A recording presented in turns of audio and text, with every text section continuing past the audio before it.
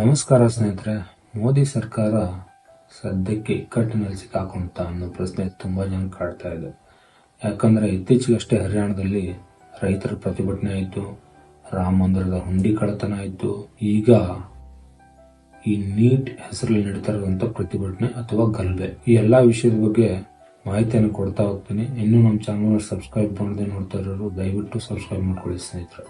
ಮೊದಲನೇದಾಗಿ ಹರಿಯಾಣ ಮತ್ತು ಪಂಜಾಬ್ ರೈತರು ಇತ್ತೀಚೆಗಷ್ಟೇ ಪ್ರತಿಭಟನೆಯನ್ನು ಮಾಡಿದ್ರು. ಕಾರಣ ಅಮೆರಿಕ ಮತ್ತು ಭಾರತದ ಟ್ರೇಡ್ ಡೀಲ್ ಸಂಬಂಧಪಟ್ಟಂಗೆ.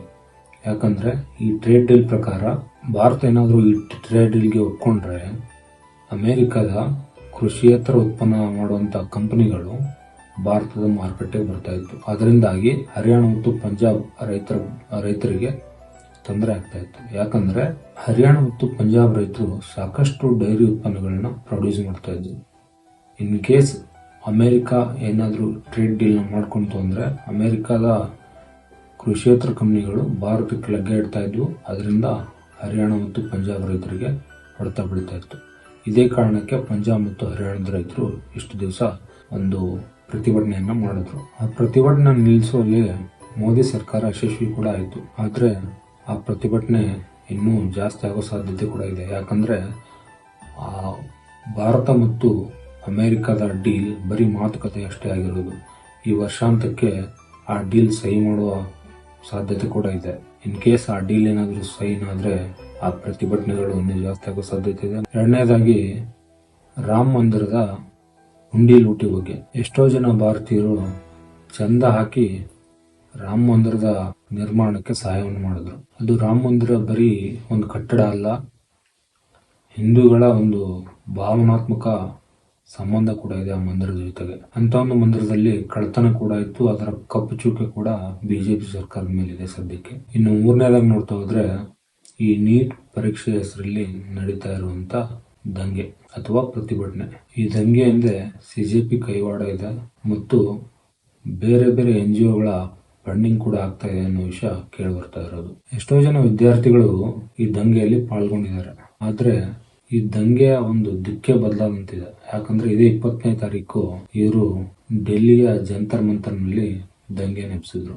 ಇಷ್ಟು ದಿವಸ ಸಿಜೆಪಿನೇ ಈ ಒಂದು ಧರಣಿಗೆ ಮುಖ ಆಗಿತ್ತು. ಆದ್ರೆ ಈಗ ಸೋನಂ ವಾಂಗ್ಚುಕ್ ಅವರು ಮುಖ ಆಗಿದ್ದಾರೆ.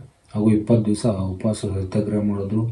ಇದೇ ಸರ್ಕಾರ ಜಬರ್ದಸ್ತಿಯಿಂದ ಅವರನ್ನ ಹಾಸ್ಪಿಟಲ್ಗೆ ಅಡ್ಮಿಟ್ ಕೂಡ ಮಾಡಿತ್ತು. ರಾಹುಲ್ ಗಾಂಧಿ ಅವರು ಕೂಡ ಮೋದಿ ಅವರ ಮನೆ ಮುಂದೆ ಹೋಗಿ ಪ್ರತಿಭಟನೆಯನ್ನು ಮಾಡಿದ್ರು. ಈ ಧರಣಿಯ ಮೂಲ ಉದ್ದೇಶ ಏನಂದ್ರೆ ಧರ್ಮೇಂದ್ರ ಪ್ರಧಾನ್ ಅವರ ರಾಜೀನಾಮೆ. ಇವರೇನೋ ಕೇಳ್ತಾ ಇದ್ದಾರೆ, ಧರ್ಮೇಂದ್ರ ಪ್ರಧಾನ್ ಅವರು ಆಸ್ ಎ ಎಜುಕೇಶನ್ ಮಿನಿಸ್ಟರ್ ರಾಜೀನಾಮೆ ಕೊಡಬೇಕು ಅಂತ. ಆದ್ರೆ ಈ ರಾಜೀನಾಮೆಗೆ ಏನಾದ್ರು ಸರ್ಕಾರ ಒಪ್ಕೊಂಡ್ರೆ ಈ ಸಿಜೆಪಿ ಮುಂದೆ ತಲೆ ತಗ್ಗಿಸ್ತಂತಾಗುತ್ತೆ. ಅದರಿಂದ ಸರ್ಕಾರ ಈ ರಾಜೀನಾಮೆಯನ್ನು ಒಪ್ಕೊಳ್ತಾ ಇಲ್ಲ.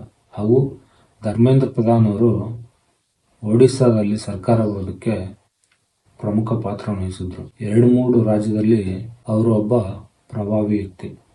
ಅದರಿಂದ ಸರ್ಕಾರ ಕೂಡ ತೊಂದರೆ ಆಗುತ್ತೆ ಅವರು ರಾಜೀನಾಮೆ ಕೊಟ್ಟರೆ. ಆದ್ರಿಂದ ಸರ್ಕಾರ ಕೂಡ ಈ ವಿಷಯದಲ್ಲಿ ಯೋಚನೆ ಮಾಡೋ ಪರಿಸ್ಥಿತಿ ಇದೆ. ಇದೇ ಹೊತ್ತಿನಲ್ಲಿ ಕಾಶ್ಮೀರಿ CM ಒಮರ್ ಅಬ್ದುಲ್ಲಾ ಅವರು ಇದೇ ಸ್ಟ್ರೈಕ್ ನಲ್ಲಿ ಒಂದು ಜಾಯಿನ್ ಆಗಿರೋದು. ಅವ್ರದ್ದೇ ಆದಂತ ಒಂದು ಬೇಡಿಕೆ ಇದೆ. ಏನಪ್ಪಾ ಅಂದ್ರೆ ಇಷ್ಟು ದಿವಸ ಕಾಶ್ಮೀರವನ್ನ ಕೇಂದ್ರಾಡಳಿತ ಪ್ರದೇಶವನ್ನಾಗಿ ಘೋಷಣೆ ಮಾಡಲಾಗಿತ್ತು. ಅವರು ಕಾಶ್ಮೀರಕ್ಕೆ ಸ್ವತಂತ್ರವಾದಂತ ರಾಜ್ಯದ ಸ್ಥಾನಮಾನವನ್ನು ಕೊಡಬೇಕು ಅಂತ ಬೇಡಿಕೆ ಇಟ್ಟಿದ್ದಾರೆ. ಇಲ್ಲ ಅಂದ್ರೆ ಆರ್ಟಿಕಲ್ 370 ರದ್ದು ಮಾಡಬೇಕು ಅಂತ ಕೇಳ್ತಾ ಇದ್ದಾರೆ. ಏನಾದ್ರೂ ಸರ್ಕಾರ ಈಗ ಕಾಶ್ಮೀರವನ್ನ ಸ್ವತಂತ್ರ ರಾಜ್ಯ ಅಂತ ಏನಾದ್ರೂ ಘೋಷಿಸಿದ್ರೆ ಈ ಕಡೆ ಲಡಾಖ್ ಅವರು ಕೂಡ ಬಂದು ಕೇಳೋ ಪರಿಸ್ಥಿತಿ ಇದೆ. ಇದೆಲ್ಲ ನೋಡಿದ್ರೆ ಬಿಜೆಪಿಗೆ ಮುಂದೆ ದೊಡ್ಡ ಸವಾಲೇ ಕಾಡ್ತಾ ಇದೆ. ಯಾಕಂದ್ರೆ ಇನ್ನೂ ಸ್ವಲ್ಪ ದಿವಸದಲ್ಲೇ ಉತ್ತರ ಪ್ರದೇಶದ ಚುನಾವಣೆ ಕೂಡ ಬರ್ತಾ ಇದೆ.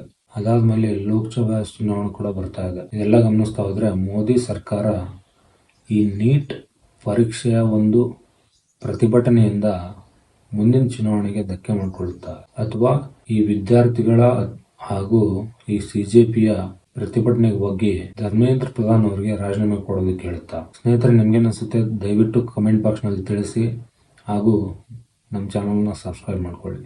ಧನ್ಯವಾದಗಳು.